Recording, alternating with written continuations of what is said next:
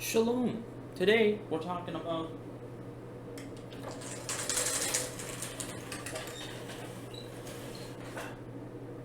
this. How exciting. We don't think twice about grabbing a fork for dinner, but this everyday utensil has a surprisingly scandalous past. For centuries, it was seen as sinful, decadent, and even insulting to God.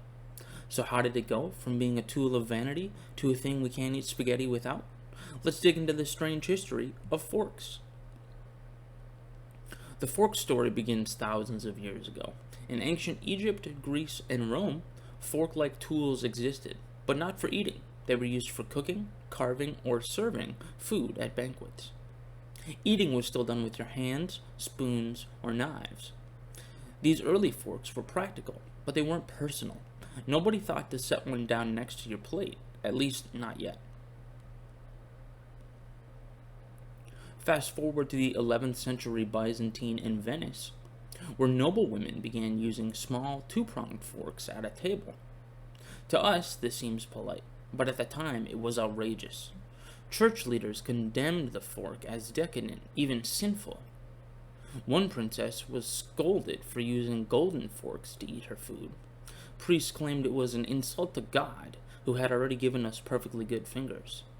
For centuries, forks were associated with vanity and arrogance, the ultimate too fancy for your own good move.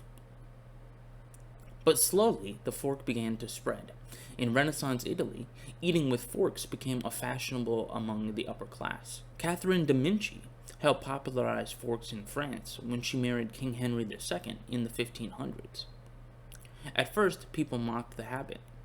Travelers wrote about the effeminate Italians with their strange little eating sticks. But, as often happens, the critics eventually copied them.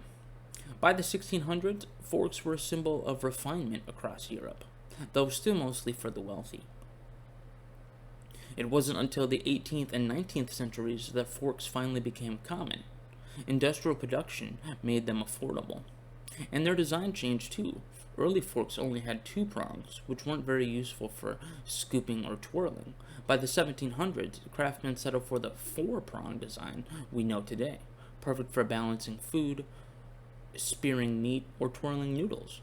By this time, nobody called them sinful anymore. They were just normal. So, the next time you sit down for dinner, remember, the humble fork was once seen as a scandalous luxury, an affront to God, and the mark of vanity. Today, it's just the thing we mindlessly grab out of a drawer.